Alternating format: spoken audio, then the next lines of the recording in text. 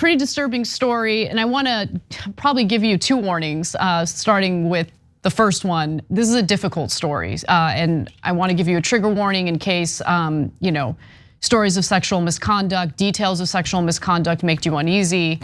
With that said, let's get to this. A new report from the New York Attorney General, Letitia James, reveals the corruption and collusion between Leslie Moonves, a former CBS executive who was ousted after reports of sexual misconduct came out, and the Los Angeles Police Department, who essentially provided cover for him to prevent the story from getting out in the first place. The details of how they worked together back in 2017 and 18 to cover up sexual assault allegations against Moonves are damning, to say the least. Now, first, here's a reminder of the disgusting assault allegations he was accused of. But I do want to give you a warning that the details here are difficult to even talk about, and the description is graphic and contains details of sexual violence. Moonves' accuser, Phyllis Golden Gottlieb, who has since died, was a TV show development executive in the mid-1980s when she worked with Moonves at Lorimer Productions in Culver City. She told the Times that in a parking lot outside a restaurant, he forcibly grabbed her head and slammed it into his crotch, and then it ejaculated into her mouth. He was confronted with this. He immediately denied it, said the allegations were false, and the Los Angeles County prosecutors didn't bring charges against him because the statute of limitations had expired. Now, back to the report from Letitia James and how the LAPD was involved in all of this.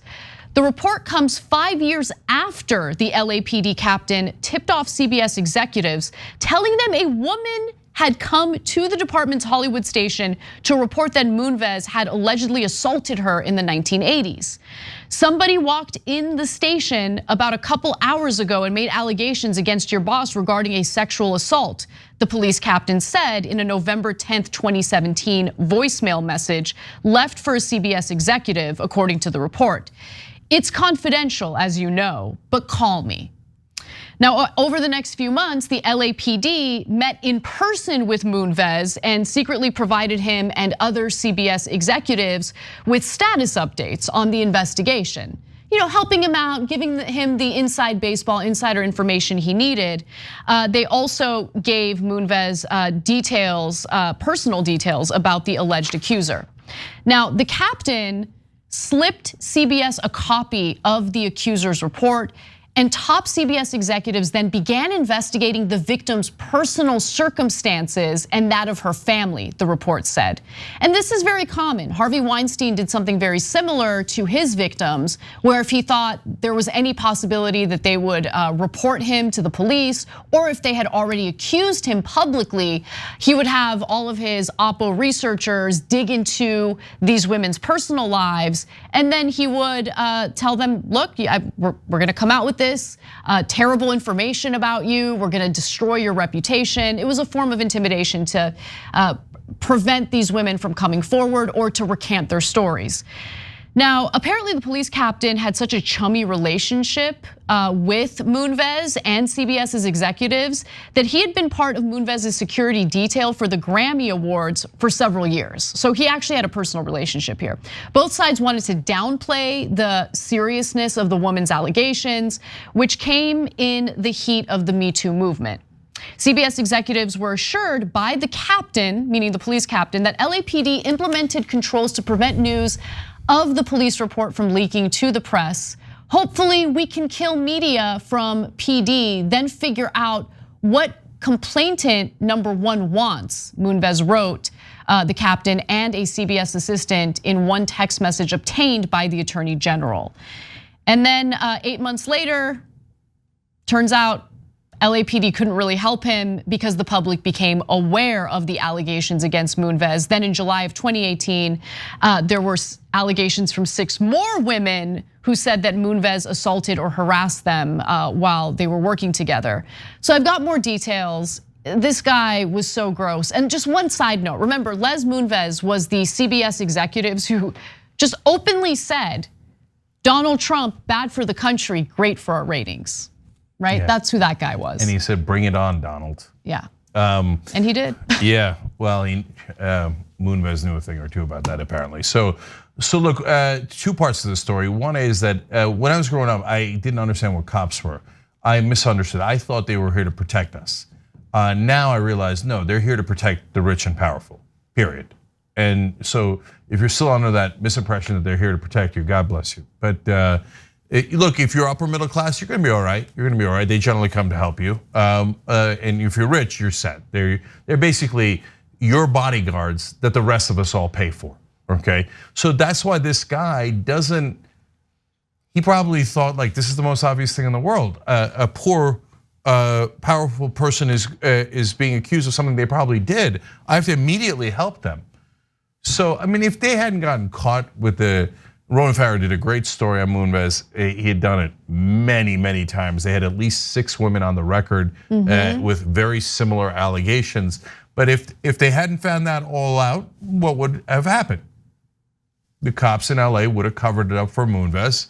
Moonves would have gotten away with it. And the poor woman who walked in thinking the cops were gonna help her didn't realize, no, the cops are not here to help you at all. So if you report someone rich and powerful doing something bad to you, very likely the cops will turn on you. And by the way, they then handed over her personal information so the CBS executives could figure out ways to smear her.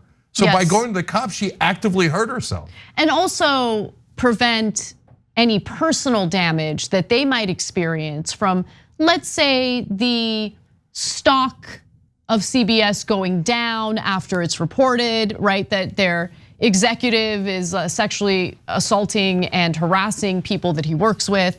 And that's part of the investigation as well. So let's talk about that a little bit. First, let me just note that after word got out that Moonves had done this allegedly and that he had been fired, the CBS board fired Moonves September 9th of 2018. That day, the LAPD captain emailed Moonves underlining Ian Metros, saying, quote, "I'm so sorry to hear this news, Ian. Sickens me. We worked so hard to try to avoid this day."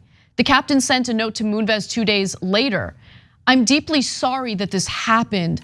I will always stand with you. Buy and pledge my allegiance to you." It's so disgusting. It's absolutely, this guy victimized women that he was working with, and this now retired LAPD captain that was based in Hollywood isn't reaching out to the woman who was victimized brutally, reaching out to the perpetrator to say, "I'm so sorry you got fired after we worked so hard to protect you." So who was this guy? Commander Corey Polka was his name. He's no longer with the LAPD. He was able to retire before facing any consequences. And he was the captain of the Hollywood station in 2017 and 2018. James's report also, by the way, exposed other shady dealings with CBS. The New York Attorney General's report contained other findings, including how CBS's former chief communications officer, Gil Schwartz, who has since died, sold more than 160,000 shares of CBS in June of 2018 as the company tried to contain the explosive allegations. Schwartz sold the stock with CBS's approval, netting more than 8.8 million, knowing that damaging information could come out, and it did a few weeks later. Yeah, they knew and they cashed in on it. Yeah. So that cop might not have been able to save Moonves because he was such a serial predator. But he did at least save a couple of CBS executives millions of dollars as they were able to cash out before any of you found out. I'm gonna come back to the shareholders because that's the second large part of this story. But I just want to clarify a couple of things. First of all, the cop wrote the note to Ian Metros, who was Moonves' main underling, that he had communicated with earlier. They had coordinated, Moonves sent Metros to coordinate with the dirty cop. Now I say dirty cop, but LAPD is now pretending to be outraged by his actions, but they're not, they're liars. And so why do I say that they're liars? Well, if you were truly outraged, you'd think about bringing charges against the cop. There's no statute of limitations on that, right? He's obviously a super dirty cop who worked for the rich and powerful and screwed over a poor woman who was coming in to report sexual assault. Yep. And he took advantage of her. No charges, I would go back and say, no, you don't get to retire, you're fired. And I would try to recover money that he got in the meanwhile, after he did these acts that are clearly wrong. Every dollar that he got from the department, we should try to get back. right? Because he obviously was not here to serve and protect all of us. He did the exact opposite. Did LAPD do any of that? No, of course not, because they're a gang. And gangs look out for each other and they call a thin blue line. Guys, we're not against policing. We've had a lot of fights with even the people on the left wing about policing. We want policing, but we want policing for all of us. It's not too much to ask for. Instead of police that are just hired security for the very, very, very rich and powerful. But when you ask cops to provide security for all of us, they go, oh, my feelings are hurt. My feelings are hurt. I'm not gonna show up to help any of you. When did you ever anyway? Come on, get real.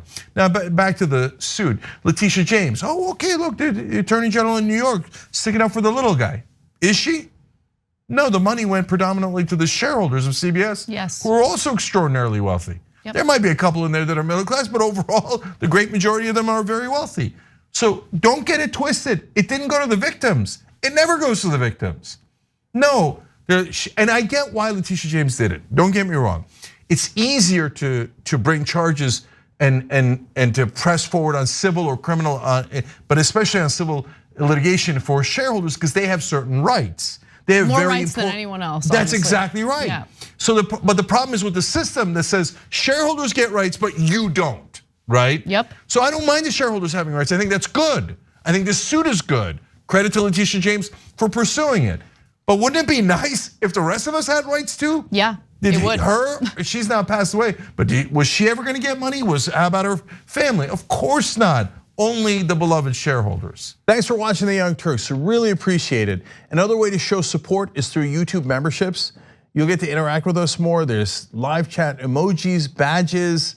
You've got emojis of me, Anna, John, JR, so those are super fun. But you also get playback of our exclusive member-only shows and specials right after they air.